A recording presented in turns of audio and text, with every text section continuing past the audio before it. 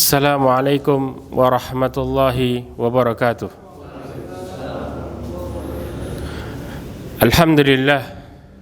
Alhamdulillahi ala amtinanihi wa syukrih. Walhamdulillahi wa kafa. Wassalatu wassalamu ala nabiyina al-mustafa Muhammad bin Abdullah wa ala alihi wa sahbihi wa mawalah. Wa la hawla wa la quwwata illa billah, amma ba'd. Alhamdulillah, kita bersyukur kepada Allah Subhanahu wa ta'ala. Dengan nikmatnya, kehendaknya serta ridhonya kita bisa berkumpul di tempat ini. Enggak banyak orang-orang yang menyadari butuhnya ilmu agama. Tidak banyak manusia yang mereka mudah duduk di majelis ilmu. Sedangkan Rasulullah SAW memotivasi orang-orang yang belajar. Orang-orang gak akan pernah jadi orang yang beriman tanpa ilmu. Rasulullah mengatakan dalam hadisnya, majtama'a qaumun fi baiti min buyutillah yatluna kitaballah wa yatadarasuna bainahum. Kata Rasulullah SAW, tidaklah seseorang berkumpul di rumah Allah Subhanahu wa ta'ala, mereka saling belajar dan saling mengajarkan. Yatluna kitab Allah, membaca Al-Quran, wa yatadarasuna bainahum, kemudian saling mengajarkan satu dengan yang lainnya. Illa, kecuali yang pertama, nazalat alaihimus sakinah. Ketika Allah menghendaki kepada hambanya kebaikan, Allah pertama kali berikan kepada mereka apa? Ketenangan. Nazalat alaihimus sakinah. Dari sini seseorang termotivasi dalam hidupnya untuk semakin dekat kepada Allah Subhanahu wa ta'ala. Ya. Kemudian yang kedua, wa ghasyiyatuhumur rahmah. Setelah tenang, mereka akan mendapatkan rahmat Allah Subhanahu wa ta'ala. Dengan rahmat Allah, seseorang akan mudah menjalani hidupnya, melewatin musibah-musibahnya, melewatin permasalahannya. Dan dengan pertolongan Allah Subhanahu wa ta'ala, seseorang mudah melakukan ibadahnya. Ya. Kemudian wa haffathumul malaikah. Dan kemudian malaikat akan menaungi dengan sayapnya, subhanallah. Kita tahu malaikat, ya, di dalam hadis Tirmidzi disebutkan satu malaikat tuh kata Rasulullah minimal punya 2 sayap. Tahu nggak satu sayapnya besarnya seberapa? Dikatakan bisa menutupin ufuk timur sampai ufuk barat. Itu satu sayap malaikat, minimal punya 2. Ya, malaikat Jibril memiliki 600 sayap. Kita bisa bayangkan luar biasanya makhluk Allah. Mereka besar luar biasa. Namun ketika kita taat kepada Allah, maka kita lebih mulia daripada malaikat. Dan yang keempat, yang terpenting adalah wa dzakarahumullahu fi man indah. Allah akan menyebut nama-nama hamba-Nya di depan para makhluknya.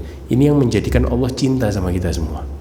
Semakin kita sering disebut, semakin Allah akan cinta. Kalau sudah Allah cinta, maka ahlus samawat yang ada di langit otomatis akan cinta sama kita. Dan cinta itu turun ke orang-orang yang ada di bumi. Dan ini disebut dengan cinta yang sebenarnya. Ketika seseorang mendapatkan cinta yang sebenarnya dari Allah, maka orang-orang pun yang gak kenal sama dia akan merasakan cinta yang sama. Berapa banyak kita cinta sama orang-orang soleh, cuman sekedar denger kisahnya aja kita termotivasi, senang, enak ya. Cuman dengar kisahnya, kita nggak kenal sama orangnya, subhanallah. Kita belum pernah ketemu sama orangnya. Inilah dia yang disebut dengan cinta yang sebenarnya. Ma'asyiral mu'minin rahimakumullah. Dalam kehidupan Rasulullah SAW, ya, memotivasi para sahabatnya untuk semakin dekat kepada Allah Subhanahu Wa Taala. Ya, mereka menjalankan kehidupan dunianya, tapi Rasulullah juga memotivasi di balik itu untuk selalu ingat sama akhiratnya. Pernah disebut dalam sebuah kisah, Abu Bakar dan Umar radhiyallahu anhuma, dia sedang nikmatin yang namanya air kurma dingin. Coba kita bisa bayangin nggak? Panas yang luar biasa, kita nikmatin air kurma dingin. Nikmat nggak? Nikmatnya luar biasa. Tapi Rasulullah SAW kemudian mendatangi mereka dan menegur. Kata Rasulullah, la tus'alunna yawma idzin anin naim. Ingat, kamu bakal ditanya nikmatmu yang sekarang kau rasakan. Kenapa Rasulullah mengatakan ini? Karena supaya mereka ingat terus dalam mereka menikmati dunianya, supaya mereka nggak lalai dan lupa. Ya, kadang-kadang kita mengukur kebahagiaan itu terletak dengan seberapa sukses kita dunia kita. Paham ya? Berapa banyak manusia yang mengukur kebahagiaannya dengan mereka mengukur seberapa sukses dunianya. Tapi ternyata ketika ujung kesuksesannya mereka nggak mendapati apa-apa sama sekali. Nanti insya Allah kita akan mengangkat kisahnya Qarun. Ya, apa yang terjadi orang-orang sekitarnya ketika mereka melihat Qarun. Ya, jangan dikira Qarun dulunya taat. Ya, umatnya siapa? Nabi Musa. Karena dengan harta dia terfitnah sangat dahsyat luar biasa. Dan Allah Subhanahu wa taala abadikan itu di dalam surat Al-Qasas dari ayat 77 sampai 80. Bagaimana kisah Qarun, kemudian orang-orang yang beriman bagaimana mensikapi itu semua. Ya. Sebelumnya Allah Subhanahu wa taala berfirman, kadang-kadang ketika kita lagi bicara nih enak-enaknya masalah dunia, ada satu hal yang kita takutkan. Lagi orang bicara masalah dunia lagi asik, tiba-tiba kalau kita mati gimana ya? Langsung buyar tuh. Ya enggak? Kita lagi majelis, ya, lagi santai duduk, tiba-tiba ada orang yang bicarain mati. Softoh, jangan bicara mati sekarang. Ya, anak belum punya ini, belum punya itu, anak belum zuhud, macam-macam alasannya manusia. Ya, ketika mereka ditanya tentang masalah dosanya, ya, kemudian ditanya tentang masalah kematian, jangan, anak belum siap. Subhanallah, 5 tahun lagi ditanya, mereka mengatakan anak belum siap. Sampai kapan kita mengatakan hal ini dan terulang terus? Sedangkan kematian itu pasti akan datang. Allah Subhanahu wa taala berfirman dalam Al-Qur'an, "Qul innal mauta allati tafirruna minhu fa innahu mulaqikum. Thumma turadduna ila alimil ghaibi wasyahadah fayunabbi'ukum bima kuntum ta'malun." Perhatikan ini. Allah Subhanahu wa taala mengatakan, berfirman dalam Al-Qur'an, "Qul innal mauta allati tafirruna minhu." Katakanlah Muhammad, sesungguhnya kematian yang kamu lari darinya, fa innahu mulaqikum, suka enggak suka, dia pasti akan menghampiri kalian. Ya, thumma turadduna ila alimil ghaibi wasyahadah, kemudian kalian akan dikembalikan kepada yang maha mengetahui kehidupan yang gaib ataupun yang nyata. Siapa dia? Allah Subhanahu wa taala. Kita bakal dibalikin sama Allah. Terus apa yang Allah lakukan kepada kita? Fayunabbi'ukum bima kuntum ta'malun.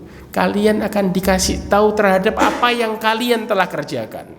Semua bakal dipertanggungjawabkan. Ya, kadang-kadang loh Ustaz, orang yang kaya, orang yang miskin, mereka nggak bisa apa-apa. Kita orang ini harus cari duit. Betul, nggak salah. Ya, karena dikatakan di dalam hadis kadal faqru ayyakunal kufur. Hampir-hampir kemiskinan itu buat orang jadi kafir. Berapa banyak orang-orang yang menggadaikan agamanya dengan mudah karena masalah duit, karena masalah harta. Memang.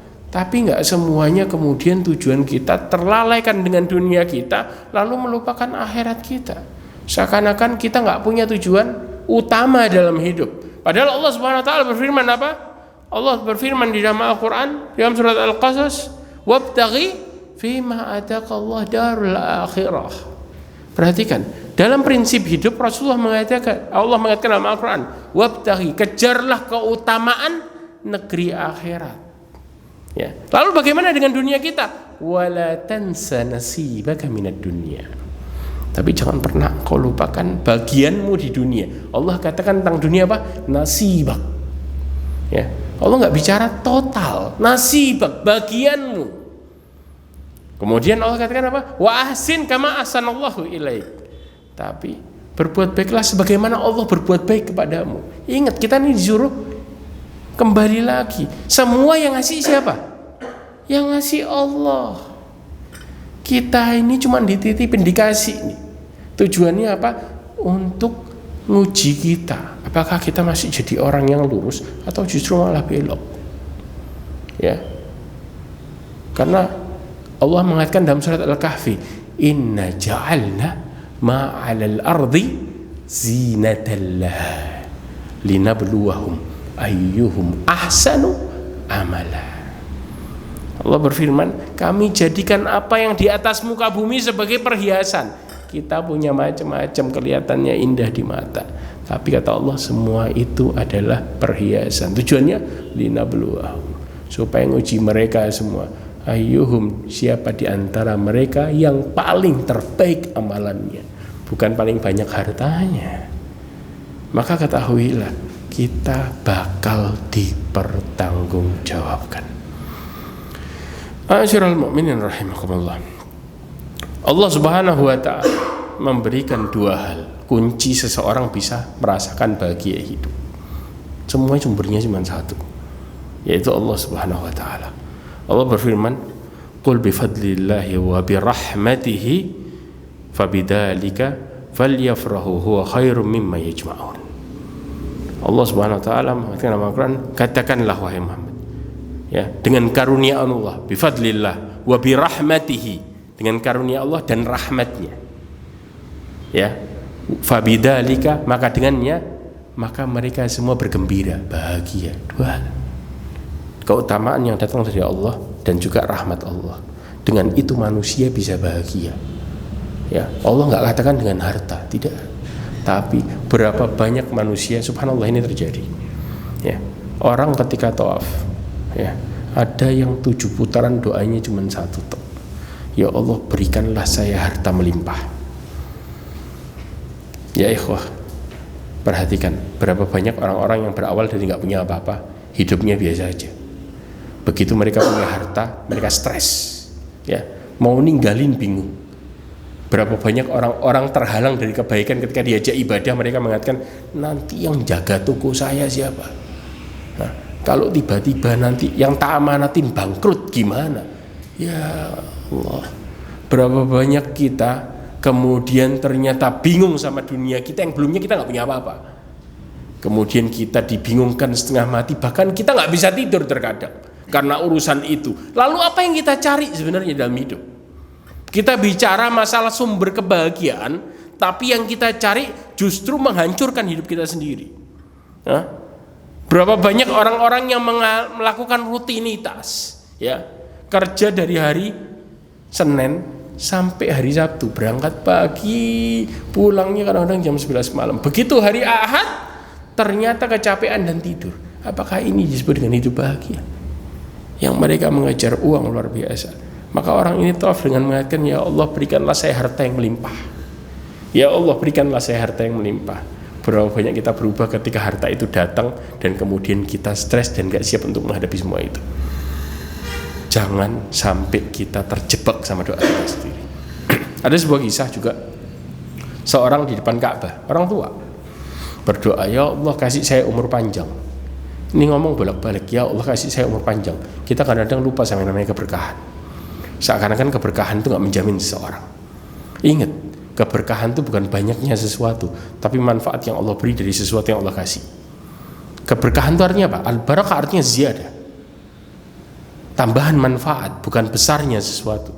Berapa banyak kita dapat sesuatu yang besar, ternyata gak berfungsi apa-apa buat kita. Berapa banyak datang rizki tiba-tiba habis mendadak dan kita gak tahu tuh rizki lari kemana. Banyak gak? Sering gak terjadi sama diri kita hal ini? Sering, tapi jangan pernah bangga, karena itu ciri-ciri ketika Allah cabut keberkahan seseorang. Ya. Ketika orang ini berdoa, ya Allah berikanlah saya umur yang panjang, ya Allah berikanlah saya umur yang panjang. Subhanallah, sebelahnya terganggu sama doanya, maka dia sengaja berdoa, ya Allah berikanlah sebelah saya umur 200 tahun. Lalu kemudian yang tadi berdoa mengatakan, jangan banyak-banyak katanya. Ya, kita mau sampai seberapa hidup? Seberapa banyak yang kita mau kumpulkan? Sedangkan Allah akan mencabut nyawa seseorang ketika semua selesai, dan mereka akan dipertanggungjawabkan. Maka Allah katakan di sini, ya, mereka akan bahagia dengan apa? Keutamaan dari Allah dan rahmatnya. Ya. Dan itu Allah katakan huwa khairum mimma yajma'un. Itu semua dua hal ini jauh lebih baik daripada apa yang mereka kumpulkan. Apa yang kita lakukan nih, usahakan tiap hari, ya. Tanpa dua hal ini nggak akan pernah seseorang bisa bahagia. Dan sedangkan kita tanpa keutamaan Allah, gimana cara dapatnya? Sedangkan kita kadang-kadang ketika lagi sibuk kerja, datang panggilan sholat, kita rela mengatakan nanti dulu, seolah waktunya masih panjang. Ya, waktunya masih panjang. Nanti kita berpikir bareng-bareng, Ya, kenapa hidup kita selalu bermasalah dan kita jauh dari kebahagiaan? Ya, saya kepingin kita bareng-bareng muhasabah. Kemudian juga Allah Subhanahu wa taala ya berfirman dalam Al-Qur'an surat Al-An'am ayat 153 tentang jalan yang Allah kasih nikmat. Siapa mereka? Orang yang mengikuti jalan yang lurus, orang yang mengikuti jalan yang Allah ridhai, orang yang mengikuti jalan yang Allah kehendaki kepada mereka kebaikan. Allah Subhanahu wa taala berfirman, wa anna hadza sirati mustaqima fattabi'uhu wa la tattabi'us subul fatafarraqa bikum an sabili dzalikum wasaqum bihi la'allakum tattaqun. Ujung-ujungnya lihat kita. Allah Subhanahu wa taala berfirman, ya, wa anna hadza sirati mustaqima. Sesungguhnya ini jalanku yang lurus. Fattabi'uhu, ikuti itu jalan. Wa la tattabi'us subul. Jangan engkau ikuti jalan-jalan yang lain yang di luar ini. Ya. Hidayah, petunjuk Allah jalannya cuma satu, jelas. Ya. Di agama tidak ada istilahnya seseorang pakai yang namanya perasaan. Gak ada hukum agama pakai perasaan. Pas ditanya nih, sudah masuk waktu maghrib belum? Perasaan sudah. Berlaku perasaan? Gak ada. Perasaan tidak berlaku dalam agama. Agama itu jelas. Semua berdasarkan tuntunan Rasulullah dan Allah Subhanahu wa taala berfirman dalam Al-Qur'an, Rasulullah mengajarkan dalam hadisnya. Ya. Banyak orang yang kadang-kadang mereka beragama ya, berlaku dengan dirinya masing-masing. Subhanallah, berapa banyak manusia yang punya pikiran masing-masing? Berapa banyak? Kalau semuanya diikuti, agama jadi campur aduk. Kita lihat berapa banyak aturan yang ditimbulkan sama manusia berakhir dengan kekacauan. Betul? Tapi berapa banyak aturan yang Allah lakukan ketika manusia menolak, ketika mereka melakukannya, ternyata mereka mendapatkan kebahagiaan di situ. Ya. Kenapa manusia kadang-kadang milih-milih? Ya, sebagian mereka beriman, sebagian enggak kadang-kadang. Ya, kata Allah dalam Al-Qur'an, yu'minuna bi ba'd wa yakfuruna bi ba'd. Ya, mereka beriman sebagian, sama yang dukung hal dirinya. Wa yakfuruna bi ba'd. Mereka sebagian mengingkarinya, sama yang tidak mendukung dirinya. Perhatikan hal ini. Kadang-kadang manusia mencari agama, mereka ada dua tipe manusia dalam mempelajari agama. Tipe yang pertama, orang yang mencari kebenaran. Kalau kita di posisi ini, bersyukur pada Allah Subhanahu wa taala. Maka kita akan mencari mana yang terbaik. Jelas? Tipe yang kedua adalah orang yang mencari pembenaran. Ketika kita di posisi yang sini, maka kembali dan bertobat kepada Allah Subhanahu wa taala. Banyak orang yang mencari pembenaran dan dukung apa yang jadi pendapatnya, bukan mencari yang terbenar, tapi mencari yang mendukung di dirinya. Maka lihat yang terjadi, mereka nggak bakal bahagia. Terus nanti setelah ini selesai, ada masalah lagi ini, dicari lagi yang mendukung dirinya. Nggak akan pernah selesai jiwa seorang. Ternyata ketika mereka mencari agama, mereka mencari dengan nafsunya. Bisa bahagia orang yang seperti ini? Jangan harap. Kebahagiaan itu milik Allah, bukan milik diri kita masing-masing.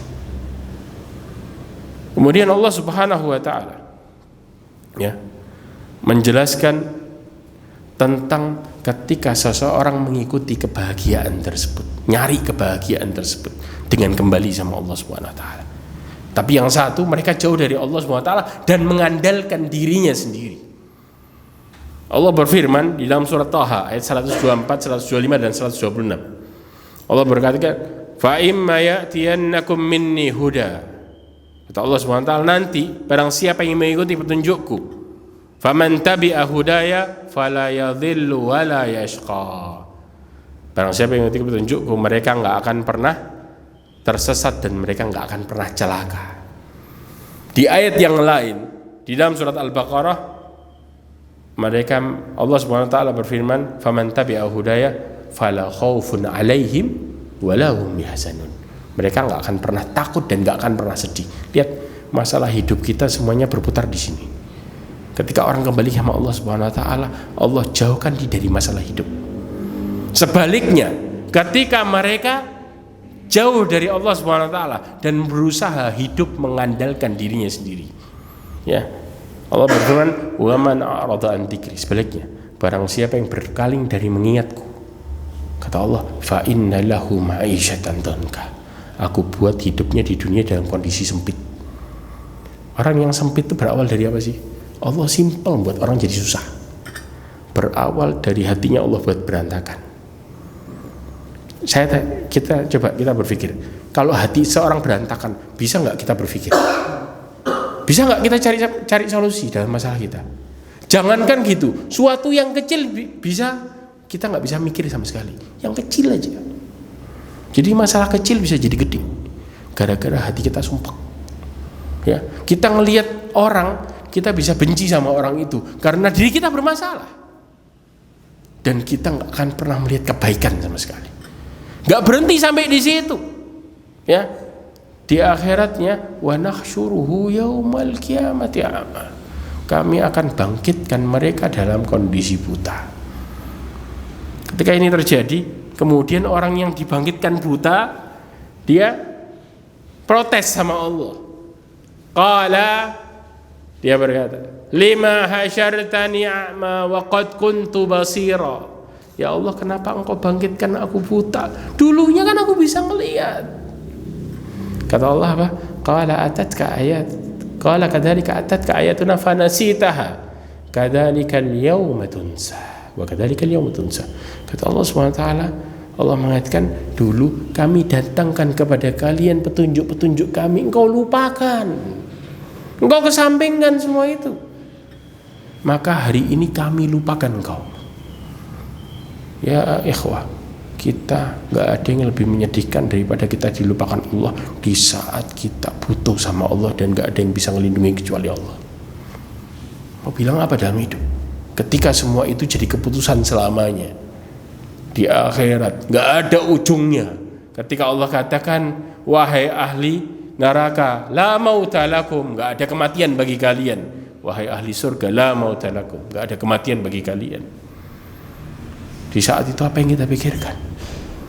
Masihkah kita mikirkan urusan dunia kita yang ternyata kita hancurkan? Bisa gak kita balik?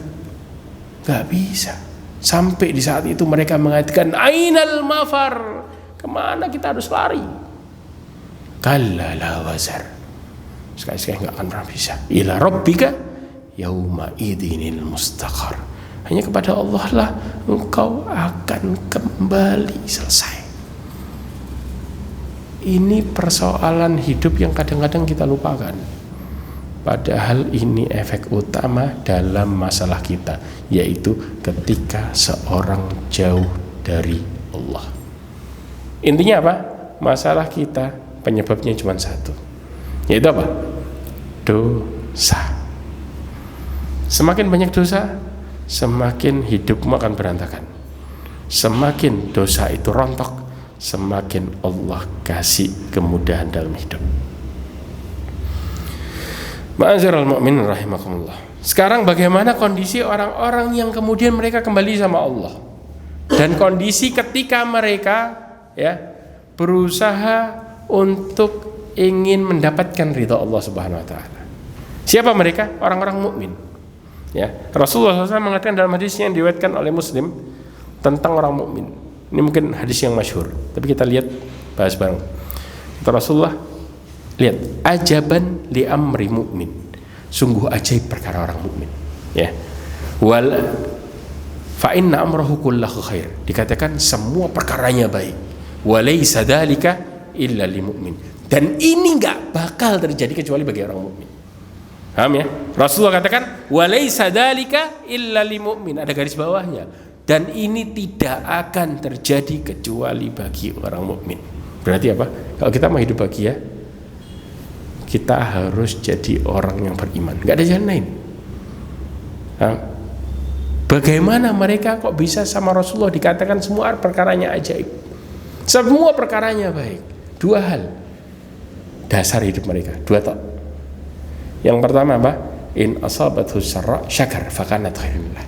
Ketika mereka ditimpa kebahagiaan, mereka bersyukur, maka itu lebih baik baginya.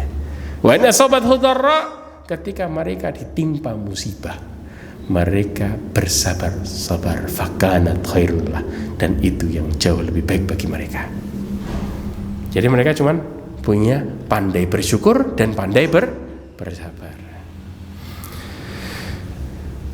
Kemudian sekarang kita bahas secara detail tanda-tanda orang itu bahagia.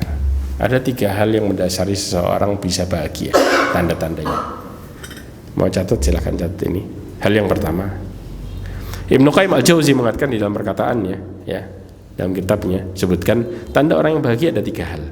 Yang pertama adalah bersyukur ketika mendapatkan nikmat. 1. Yang kedua, bersabar ketika mendapatkan cobaan.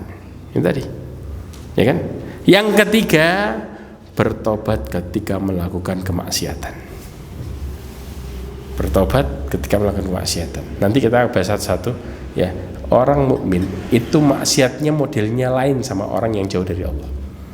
Ya. Allah katakan di dalam surat Ali Imran. Ya. Kita bahas dulu tentang masa syukur. Bersyukur ketika mendapatkan nikmat. Bersyukur ketika mendapatkan nikmat, ada 5 asas yang kita harus lakukan untuk jadi hamba yang pandai bersyukur. 5 hal. Ya. Tanpa ini nggak akan seseorang disebut dengan pandai bersyukur. Hal yang pertama adalah tunduk, ya, bersyukur terhadap yang memberi nikmat. Tunduk sama yang ngasih nikmat. Siapa di sini? Allah Subhanahu wa taala. Gak ada manusia ngasih nikmat itu. Yang ngasih nikmat cuman Allah. Manusia cuman perantara, penyampai itu. Siapa yang berkehendak? Allah. Ya. Allah Subhanahu wa taala mengatakan di dalam surat At-Talaq ayat 2-3. Kita tahu ayatnya. Wa may yattaqillaha yaj'al lahu makhraja. Allah berikan dia jalan keluarnya. Dan yang kedua, wa yarzuqhu min haitsu la yahtasib. Mereka diberikan rezeki dari jalan yang tidak disangka-sangka. Ya ikhwah, coba sadar nggak? Kita kadang-kadang orang muslim nih, ya, dalam merencanakan sesuatu kadang-kadang sering gagal, betul? Tapi pas giliran pasrah, Allah kasih. Kenapa? Jawabannya di sini. Allah katakan apa? Rizkinya orang mukmin itu wa yarzuqhu min haitsu la yahtasib. Kalau kita punya planning, kita lakuin kemudian dapat hasil, namanya bukan dari jalan yang tidak disangka-sangka, terencana namanya, betul? Sedangkan kemudian ketika kita posisi bekerja sambil pasrah, ternyata dapatnya lebih dari harapan, itu namanya jalan yang tidak disangka-sangka. Makanya rezeki kita sama orang kafir lain. Kita kalau mengikuti model hidupnya mereka, jauh. Mereka mengatakan, rencanakan hidupmu dengan baik, hitung total. Ya, engkau akan mendapatkan sesuai rencanamu. Begitu kita ngikutin, ternyata kok berubah semua. Karena rezeki kita bukan apa yang kemudian kita hitung, tapi apa yang kemudian kita usahakan dan pasrahkan sama Allah.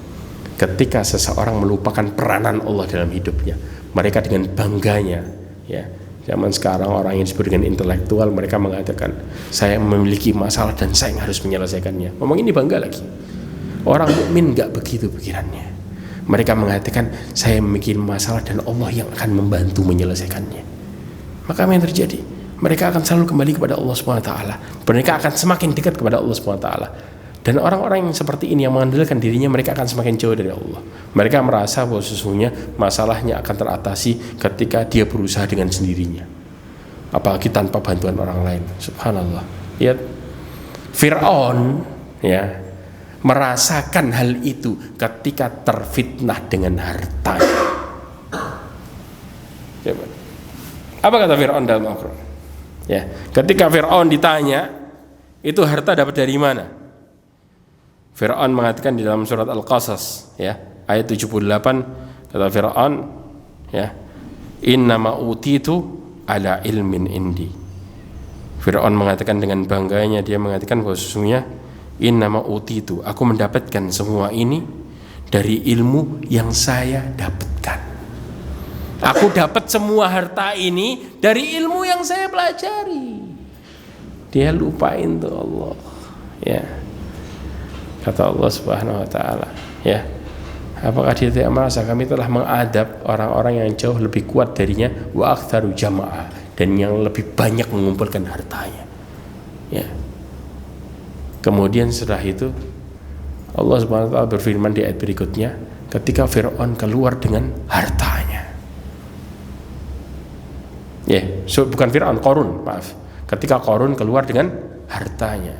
Ketika Qarun keluar dengan hartanya, orang-orang yang menginginkan kehidupan dunia, kata Allah SWT, mereka mengatakan, sungguh beruntung Fir'aun, innahu ladzu haddin adzim, ya laita mithlama utiya Qarun, kata Allah SWT, ya, seandainya kami dikasih seperti yang dipunyai sama Qarun. Ya. Kenapa? Innahu ladzu haddin adzim, sesungguhnya dia termasuk orang-orang yang punya keberuntungan yang sangat besar. Coba, kalau seandainya kita lihat nih, orang taat ini punya mobil mewah, rumahnya gede, ketika kita lewat, kita mengatakan, wah beruntung tuh orang, ya enggak? Mereka punya semua, mau apa tinggal ngomong. Kita nggak tahu tuh masalah di dalam rumahnya gimana, kita nggak tahu cobaan yang terjadi gimana. Bahkan berapa banyak orang-orang yang mengeluh dengan mengatakan, Ustaz, saya punya tetangga, dia maksiat, ya, dia jauh dari Allah, tapi setiap minta dikasih sama Allah. Ya akhi, kalau seandainya kita tahu di balik kehidupannya apa yang terjadi konsekuensinya, nggak bakal kita iri sama mereka. Wallahi. Kenapa? Orang-orang yang istidraj, paham ya istilah istidraj? Efeknya apa? Ketika mereka diberikan sama Allah, mereka akan semakin jauh dari Allah. Sedangkan orang-orang yang bertakwa, ketika mereka diberikan sama Allah, semua bentuknya ujian, mereka akan semakin dekat sama Allah. Ini harta yang benar, harta yang berkah. Itu mendekatkan pelakunya kepada yang memberikannya, bukan menjauhkannya. Kalau kemudian kita dikasih kemudian tambah jauh dan kita nggak sadar itu, itulah ciri istidraj. Orang yang istidraj adalah orang yang jauhkan mereka dari setelah apa yang Allah berikan. Karena kenapa Allah ngabulin mereka dengan cepat? Karena Allah nggak kepingin dia doa lama-lama, karena saking bencinya Allah sama dia. Dan semakin Allah kasih, semakin mereka akan jauh. Di akhir hidupnya kayak orang dipancing, Allah habisin, diadab habis, selesai. Nggak ada lagi kebahagiaan buat dirinya. Apakah masih kita kepingin seperti orang-orang yang seperti itu? Gak akan pernah kita iri kalau tahu di balik konsekuensinya ternyata buruk, dan kita gak akan pernah mengatakan itu baik. Kemudian yang kedua, mengakui adanya nikmat yang Allah berikan. Perhatikan, mengakui adanya nikmat yang Allah berikan. Berapa banyak manusia yang mereka diberikan nikmat tapi ternyata mereka nggak sadar dan nggak diakui. Seakan-akan Allah nggak pernah memberikan dia nikmat. Kenapa? Karena mikir urusan hidupnya yang dipikir masalahnya tok, nggak pernah mereka berpikir tentang nikmat anugerah yang Allah kasih. Allah Subhanahu wa taala berfirman dalam Al-Qur'an, fa inna ma'al usri yusra, inna ma'al usri yusra. Paham ya? Ayat ini diulang 2 kali. Isinya sama nggak? Artinya sama? Sama persis, nggak ada bedanya. Ulama tafsir mengatakan tentang ayat ini, dikatakan setiap satu kesusahan yang Allah kasih sama kita, ujian, Allah berikan bersamanya 2 kemudahan langsung. Berarti kalau kita muhasabah, diri kita ini banyak mudahnya apa banyak susahnya? Banyak mudahnya apa banyak susahnya? Ada yang ngomong susah, ada yang ngomong mudah. Hitungan matematikanya mudah, kenyataannya susah. Tahu nggak kenapa banyak susahnya? Sadar nggak? Ketika datang itu musibah, ya, Allah kasih kita musibah nggak pernah bersamaan dari berbagai segi. Betul? Pernah nggak dalam satu waktu dikasih musibah dari segi ini, dari segi ini, dari segi ini? Pernah nggak?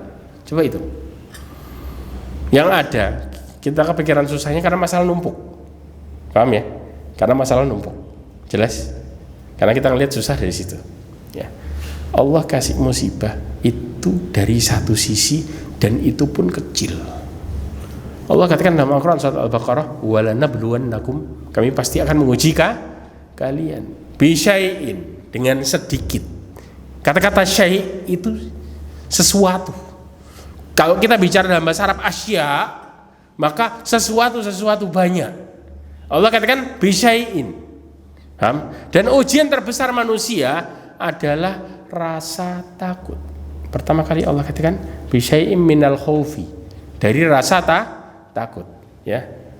Wal ju'i wa naqsi minal amwali wal anfusi wa thamarat, rasa lapar, kekurangan harta, kekurangan jiwa, ya, dan kekurangan buah-buahan.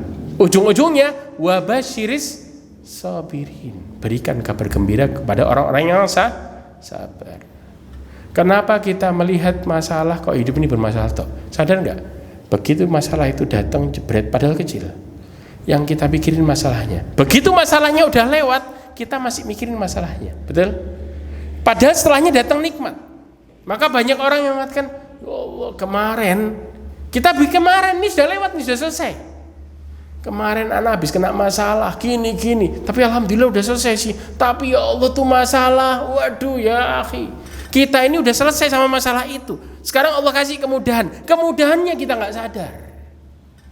Makanya sering kita melihat sebuah masalah, hidup kita masalah tok, karena yang dipikiri masalahnya. Kalau seandainya ujian datang, kita mengatakan habis ini Allah kasih kita nikmat. Kalau yang ditunggunya nikmat, maka kita melihat semua hidup kita bahagia. Paham? Maka sekarang rubah mindset kita dalam menghadapi musibah. Ingat, Allah bakal kasih kita 2 kemudahan. Pertanyaannya, kenapa kok dikasih 2 kemudahan? Dan kenapa dikasih ujian? Berapa banyak diri kita sadar tentang bahwa sesungguhnya Allah Subhanahu wa ta'ala itu cinta sama hambanya, dan khususnya kita banyak dosa setelah ujian datang. Paham ya? Berapa banyak diri kita sadar sama kesalahan habis datangnya ujian, sadar sama dosa setelah datangnya ujian. Makanya Allah, karena saking cintanya sama kita, Allah ngasih kita apa? Ngasih kita ujian supaya kita selalu ingat sama Allah. Diri kita ini lemah, ya, dan kita butuh Allah Subhanahu wa ta'ala. Jelas? Maka hal yang kedua, ingatlah nikmat Allah, lupakan ujiannya, dan ingat Allah berikan kita 2 kali lipat, karena Allah ingin kemudahan, bukan susah. Dikatakan wallahu yuridu bikumul yusra wala yuridu bikumul usra. Allah menginginkan kalian kemudahan dalam hidup, gak mau kalian susah, ya. Makanya kemudian Allah Subhanahu wa ta'ala mengatakan di dalam surat Ad-Duha ayat 11, wa amma bi ni'mati rabbika fahaddits. Dan ingat, dengan nikmat yang Allah berikan kepada kalian, maka bersyukurlah, ya. Jadikan itu sebagai fahaddits, sebutkanlah sebagai bentuk kita bersyukur sama Allah. Ingat itu, ya. Allah katakan fabi ayyi ala'i rabbikuma tukadziban, nikmat mana lagi yang kamu dustakan. Kenapa Allah ulang-ulang ini dalam surat Rahman? Supaya kita selalu ingat nikmat Allah. Dengan itu seseorang mudah dekat, karena mereka tahu sumber kebahagiaannya datangnya dari mana. Jelas? Yang ketiga, yaitu memuji orang yang ngasih nikmat karena nikmat yang dia berikan. Paham? Memuji orang maksudnya apa di sini? Berterima kasih. Berapa banyak kita berpikir ini kan nikmatnya dari Allah, nggak perlu kita ngomong sama orang terima kasih, kan dia cuma perantara, ya. Hadis Rasulullah SAW yang diriwayatkan oleh Abu Dawud dan Tirmidzi dan disahihkan Al-Albani, Rasulullah mengatakan la yashkurillah man la yashkurin nas. Tidak bersyukur kepada Allah seseorang yang tidak berterima kasih sama manusia, ya. Artinya walaupun dia perantara, tapi kita juga harus menghargai dirinya. Berterima kasihlah sama dia, tapi bukan cara dengan memuji. Berapa banyak kita kadang kepengen karena seneng orang itu baik sama kita dipuji, penyakit besar. Pujian yang kita lontarkan bukan buat dia jadi tambah baik, tapi tambah lupa. Seorang sahabat ketika dipuji dia berdoa sama Allah supaya pujian itu nggak menghancurkan dirinya. Sampai Rasulullah mengatakan kalau ada orang yang memuji engkau, ambil pasir lempar ke wajahnya. Karena kadang-kadang kita terjerumus ke dalam kesalahan berawal dari pujian yang terjadi. Begitu dipuji lupa, kemudian hancur tuh hidup kita. Lupa sama semuanya. Seakan-akan kita melakukan suatu hal yang besar dan kita melupakan kesalahan kita. Apa doa sahabat ketika dipuji? Dia berdoa, Allahumma la tu'akhidni bima yaqulun. Ya Allah, jangan pernah engkau jadikan aku terhadap apa yang mereka katakan. Mudah-mudahan diri saya enggak berubah.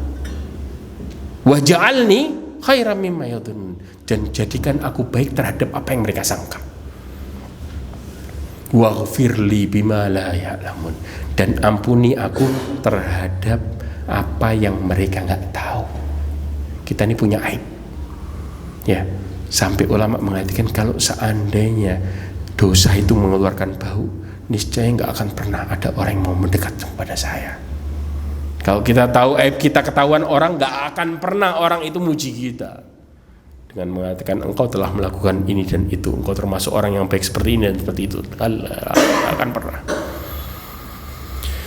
Kemudian yang kelima, tidak menggunakan nikmat terhadap hal-hal yang tidak disukai oleh yang ngasih nikmat, yaitu Allah Subhanahu wa taala. Ya, Allah Subhanahu wa taala mengatakan wa id ta'addana rabbuka la in syakartum la azidannakum wa la in kafartum. Perhatikan. Ya, kalau kalian bersyukur kami pasti akan tambah. Kalau kalian kufur, inna adzabi la syadid. Ingat, adabku sangatlah pedih. Untuk menyikat waktu, masih ada berapa lama nih? Kayaknya sudah mulai agak ngantuk. Yang kedua adalah sabar ketika mendapatkan cobaan. Ini ada 3 hal.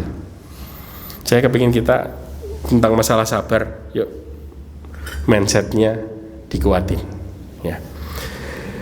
Dalam sabar ada 3 hal. Yang pertama adalah menahan hati tidak merasa marah sama takdir Allah.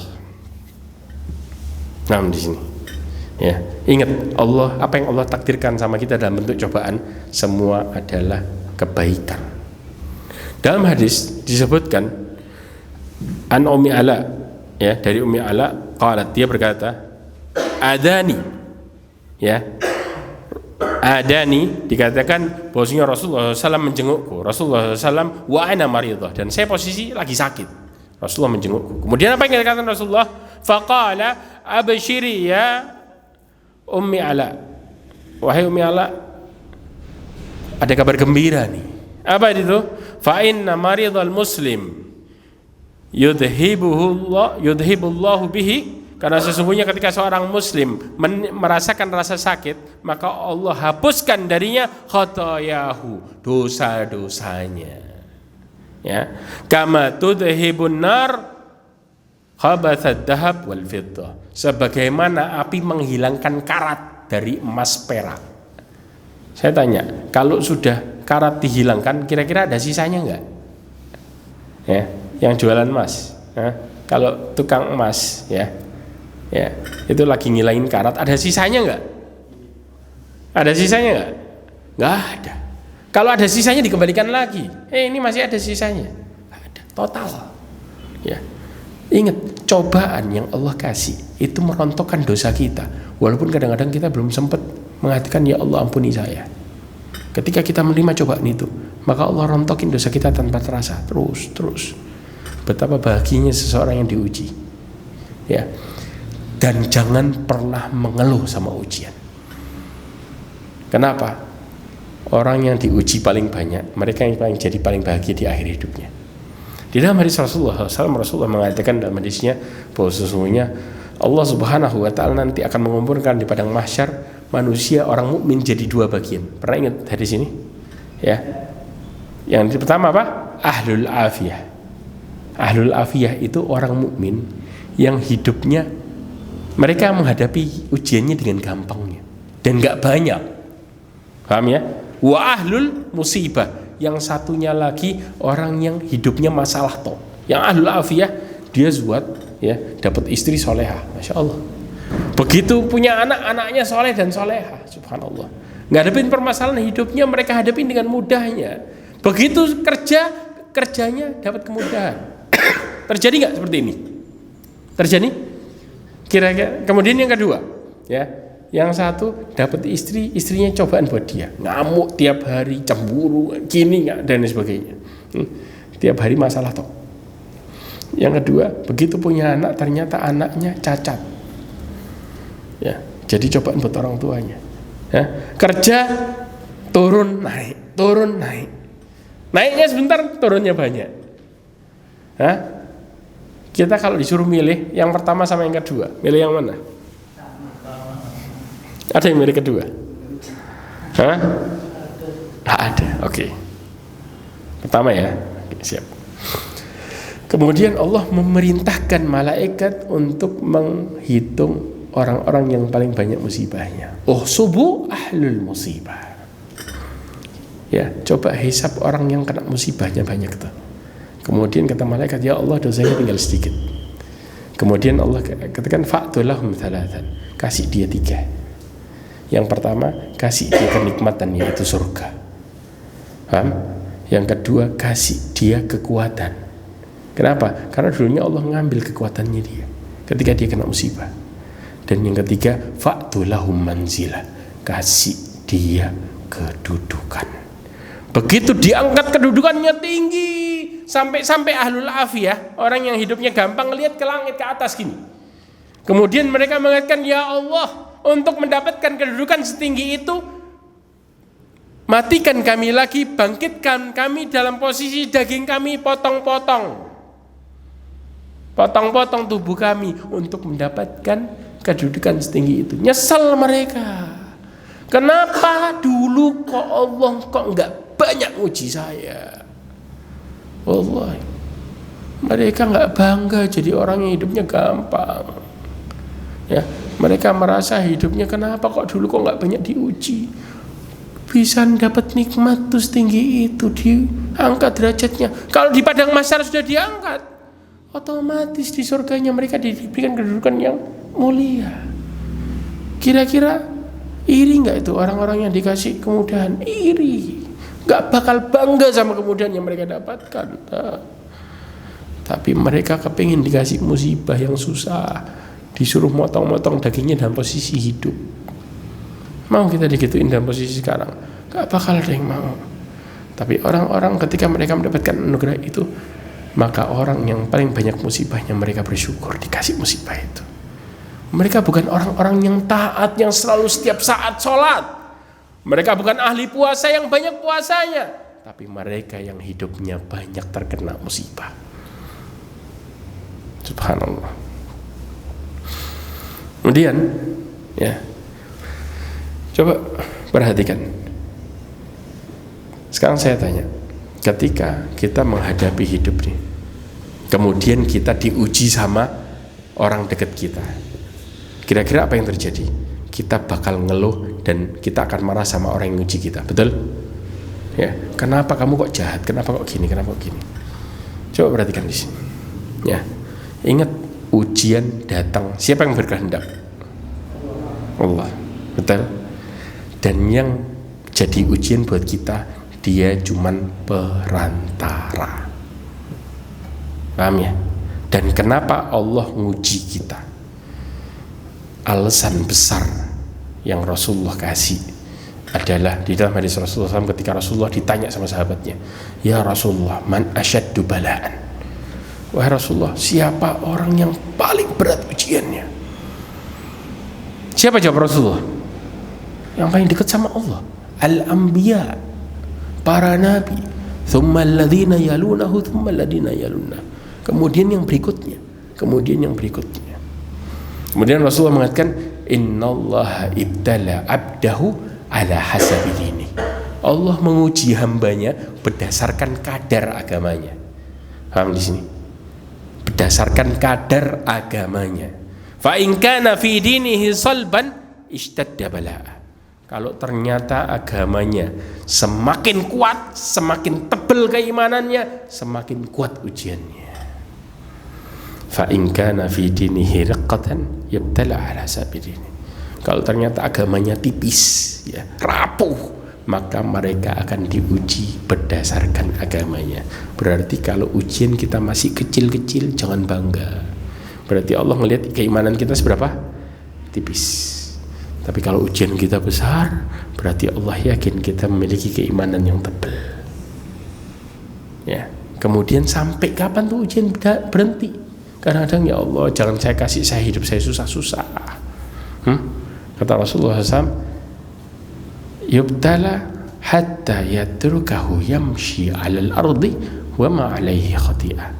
Diuji sampai dia meninggalkan berjalan di atas muka bumi. Artinya apa? Mati. Wa ma 'alaihi khati'ah, dan dia sudah enggak punya dosa lagi, habis itu dosanya. Nikmat enggak ini? Orang kalau sudah enggak punya dosa, berarti dia husnul khotimah apa su'ul khotimah? Husnul khotimah. Yang setiap manusia pasti akan mengatakan itu. Ya. Banyak fenomena di Mekah kalau kita berpikir, ya. Subhanallah, ini ada kejadian nih. Ya. Saya tanya, di sini di Indonesia, kalau ada orang meninggal, kita ngucapin alhamdulillah, apa efeknya? Hah? Dikeplaki ya, sama satu kampung. Ya.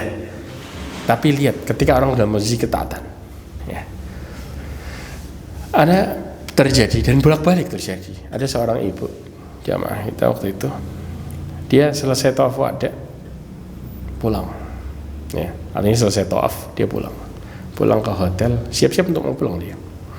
Ketika siap-siap mau pulang, ternyata dia ngeluh badannya nggak enak, dadanya sakit, agak nyesek. Mampir ke rumah sakit sebentar, rumah sakit Ajiat yang di depannya Masjid Pas. Belok sebentar masuk situ, ternyata habis gitu nggak sampai setengah jam berangkat nyawanya, artinya meninggal dia. Ketika meninggal, respon orang yang mendengarnya, mereka mengatakan apa? Alhamdulillah, subhanallah, alhamdulillah. Keluarganya yang sama dia, anak-anaknya mengatakan alhamdulillah, ibu meninggal di sini. Ada yang ngomongin alhamdulillah, mereka mengatakan alhamdulillah. Coba di Indonesia, ada orang meninggal, tiba-tiba anaknya ngomong alhamdulillah, orang-orang pada heran-heran, ini apa ini maksudnya? Paham? Ya. Kenapa mereka mengatakan alhamdulillah? Bahkan orang yang mendengar kisahnya, mereka mengatakan, saya kepingin seperti itu. Kalau seandainya Allah sekarang mencabut nyawa saya mau. Sedangkan kita di sini sekarang, kalau seandainya dicabut nyawa kita, jangan dulu. Lihat antara orang yang dalam posisi ketaatan sama orang-orang yang dalam posisi jauh dari Allah, efeknya berbeda. Mereka melihat musibah dari kacamata yang berbeda. Yang satu melihat musibah sebagai anugerah. Kenapa? Bersyukur orang meninggal dalam posisi baik. Sedangkan ditinggal orang yang disayangi, itu musibah yang besar yang menurut manusia. Tapi di saat itu manusia, keluarganya mengatakan alhamdulillah. Bagaimana orang yang sekitarnya? Alhamdulillah, alhamdulillah. Dan bangga lagi keluarganya menceritakan bagaimana orang tuanya. Nah, kalau kita sekarang cerita ada orang yang meninggal, kita ceritain, oh bapak saya meninggal, dengan bangganya cerita kayak gitu di sini. Orang responnya lain, subhanallah. Lihat, ini dia. Masihkah kita ingin memposisikan diri jauh dari Allah, atau justru kita mencari kenikmatan, kebahagiaan hidup dengan kita mendekatkan diri kepada Allah? Dengan Allah tutup pun orang sekitarnya bahagia, bukan susah ketika mereka menutup hidupnya. Maka lakukan ketaatan, dan ingat ketaatan itu gak akan pernah berhenti di kita. Pernah tahu gak cerita cerita Nabi Khidir sama Nabi Musa ketika mau mendirikan tembok yang roboh? Ya. Kenapa mau didirikan? Nabi Khidir mengatakan bahwa sesungguhnya di bawahnya ada harta milik anak yatim. Yang dikatakan wa kana abuhuma salihah, yang ternyata kedua orang tuanya orang soleh. Coba buka di Ibnu Katsir. Silahkan buka kisahnya. Ibnu Katsir mengatakan di situ bahwa ternyata yang soleh bukan kedua orang tuanya, tapi kakeknya yang nomor 7. Paham? Yang soleh ternyata kakeknya yang nomor 7. Jadi bapaknya sampai yang ke-7 ke atas. Itu yang soleh. Kerjaannya kok satu kanten, ya, konveksi. Karena kesolehannya Allah jaga turunannya agamanya plus hartanya. Nah, artinya ketaatan yang kita lakukan tidak akan pernah berhenti di kita, tapi akan sampai ke keturunan kita. Nah, di sini lanjut lagi. Kemudian dalam mensikapi permasalahan juga supaya kita jadi orang yang penyabar. Ya ikhwah, kalau orang jadi ujian buat kita, ya Allah katakan dalam Al-Quran, kita akan diuji bahkan sama orang yang dekat sekalipun. Coba, berapa banyak kita punya istri, kadang-kadang ujian datang dari istri, betul? Berapa banyak kita punya anak, dan ujian datang dari anak kita sendiri kadang-kadang, betul? Ya. Allah katakan dalam Al-Quran, kata Allah, wa ja'alna ba'dakum li ba'din fitnatan. Lihat, kami jadikan satu dengan yang lainnya di antara kalian sebagai bentuk cobaan. Kalian bakal diuji sampai sama orang yang dekat sekalipun bakal jadi ujian. Tujuannya apa? Allah katakan atasbirun, apakah kalian bersabar? Wa kana rabbuka basira, dan Allah maha melihat terhadap apa yang kau lakukan. Artinya jangan pernah kecil hati.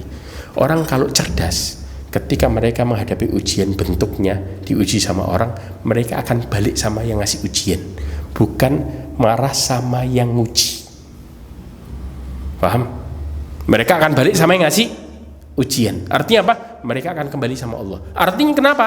Karena orang yang jadi ujian buat kita tadi, suka nggak suka, mau nggak mau, ketika Allah mentakdirkan dia buat ujian buat kita, mereka bakal jadi ujian. Walaupun kita mengatakan saya sudah baik sama dia, tapi kenapa dia kok jahat sama saya? Jawabannya Allah yang mentakdirkan dia buat ujian buat kita. Paham ya? Allah yang mentakdirkan dia ujian buat kita. Suka nggak suka, mau nggak mau, mereka bakal jadi ujian buat kita.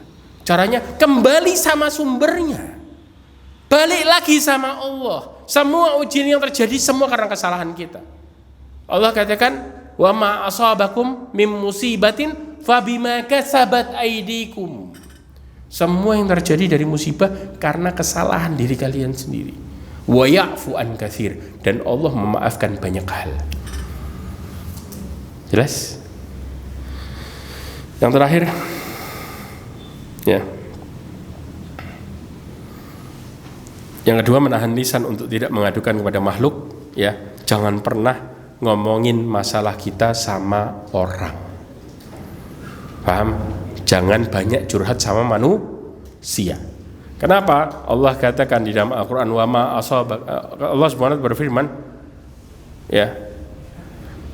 Kata Allah, amman yujibul muttar idza da'ahu wa yakshifas su. Siapakah yang memperkenankan doa dalam kesulitan apabila ia berdoa dan menghilangkan kesusahannya? Siapa? Ya akhi, kadang-kadang nih sering terjadi nih. Kita ketemu orang nih, ya. Kemudian ditanya, ahlan bekhair. Jawabannya apa? Alhamdulillah. Tapi badannya agak marit dikit. Ya salam. Satu lagi ketemu lagi besoknya. Ahlan bekhair, alhamdulillah sehat. Tapi boyoan agak marit, nggak enak badan. Ketemu lagi anak-anak sakit. Ketemu lagi nanti alasan apa lagi? Begitu seminggu orang ngomong, oh penyakitan nih. Ya salam. Wallahi, securhat apapun kita sama manusia, paling mentok orang mengatakan sabar ya. Ada orang mengatakan, oh anak bantu masalah ini bekhair langsung. Ada? Nah, ketika mereka dalam posisi sama-sama lemahnya, anak ya curhat sama orang tuanya, paling mentok orang tuanya mengatakan ketika dia bisa berbuat apa-apa, oh, anak doain, selesai, kelar tuh masalah. Kelar nggak saat itu? Enggak. Karena sama-sama lemahnya, maka kemudian mereka pun mengatakan hal yang sama. Kalau nggak saya doakan, sabar. Pas, ini jawaban yang paling populer. Nah, permasalahannya selesai nggak masalah kita? Enggak. Tapi ketika kita di malam hari curhat sama Allah, wallahi dua hal yang kita dapat. Aib kita aman, dan masalah kita Allah kasih jalan keluar. Karena Allah yang cuman bisa menyelesaikan masalah kita, bukan manusia. Ada sebuah syair Arab yang luar biasa. Dalam syair ini dikatakan wa idza syakauta ila ibni adam innama tashkur rahimu ila alladzi la yarhamu. Dikatakan apabila engkau mengeluh kepada anak Adam, sesungguhnya engkau mengeluhkan yang maha penyayang kepada yang tidak punya rahmat. Perhatikan, apabila engkau mengeluh kepada anak Adam, maka engkau mengeluhkan yang maha pemberi rahmat kepada yang gak punya rahmat. Berarti engkau mengeluhkan tentang Allah sama yang gak punya apa-apa. Ya gak bisa, gak akan pernah nyambung tuh masalahnya, dan gak akan pernah terselesaikan sama sekali. Ya. Tapi ketika orang-orang yang kemudian pernah gak ketika kita pernah kena masalah kita mengatakan, ya Allah berikanlah saya kesabaran dan berikanlah saya kekuatan dalam menghadapi cobaan itu. Bukan kita mengatakan, ya Allah jangan uji saya berat-berat, tapi sebaliknya kita minta solusi dalam menghadapi ujiannya, bukan kita melihat ujiannya. Karena orang yang diuji adalah bentuk sayang Allah kepada hambanya. Dikatakan, ya, innallaha idza ahabba qauman ibtalah. Kalau Allah benci, kalau Allah suka sama suatu kaum, pasti Allah akan uji dia. Wallahu a'lam bishawab. Mudah-mudahan ini yang bisa kita pelajari. Kayaknya sudah mulai malam, ya. Waktu kalau kita bahas semua nggak cukup. Saya kepingin ada sebuah perkataan salaf tentang masalah kebaikan dan keburukan, supaya kita ingat terus masalah ini. Dia mengatakan ada seorang yang berbuat maksiat tetapi malah menjadikan sebab orang tersebut masuk surga. Dan yang satu lagi, ada juga orang yang berbuat kebaikan namun menjadikan sebab masuk neraka. Paham ya? Yang satu apa? Ada orang yang berbuat maksiat tetapi maksiatannya menjadi penyebab masuk surga. Dan yang satu, ada orang yang berbuat kebaikan tapi kebaikannya menyebabkan dia masuk neraka. Kita pasti semua berpikir nih, satu ruangan, kok bisa? Tahu nggak? Ulama mengatakan apa? Ada seseorang yang berbuat dosa, lalu dosa tersebut selalu terbayang dalam benaknya. Kemudian dia selalu menangis, menyesal dan malu kepada Allah karena dosanya. Hatinya selalu sedih karena memikirkan dosa-dosanya. Dan dosa seperti inilah yang menyebabkan seseorang bahagia dan beruntung. Paham? Dosanya membuat dia kepikiran, dan kemudian dia nangis dan dia bertobat dengan dosanya tadi. Dan dia malu sama Allah dan dia berusaha memperbaiki diri karena dia punya dosa dan sadar sama dosanya. Yang satunya lagi, sebaliknya, ada juga orang yang berbuat kebaikan, akan tetapi kebaikan itu selalu disebut-sebutkan di hadapan Allah. Dia buat kebaikan yang besar menurut dia, dan dia sebut-sebutin terus tuh kebaikannya, diulang-ulang. Kemudian efeknya apa? Orang tersebut akhirnya menjadi sombong dan mengagumi dirinya, yang disebut dengan ujub. Kemudian disebabkan kebaikan yang dilakukannya, dan orang tersebut selalu mengatakan, saya sudah berbuat demikian dan demikian. Dan ternyata kebaikan yang dikerjakannya menimbulkan bangga diri dan merendahkan orang lain, sehingga menyebabkan kesengsaraan orang tadi. Banyak gak ini? Kita melakukan kebaikan tiba-tiba bangga sama kebaikan kita, walaupun bukan di mata manusia, tapi kita ngomong sama Allah bolak-balik dan kita lupa sama kesalahan kita. Ya, akhirnya ternyata kebaikan itu menjerumuskan kita ke neraka. Wallahu a'lam bishawab. Mudah-mudahan ini yang bisa saya sampaikan, kurang lebihnya mohon maaf, ya. Subhanakallahumma bihamdika asyhadu an la ilaha illa anta astaghfiruka wa atubu ilaik. Assalamualaikum warahmatullahi wabarakatuh.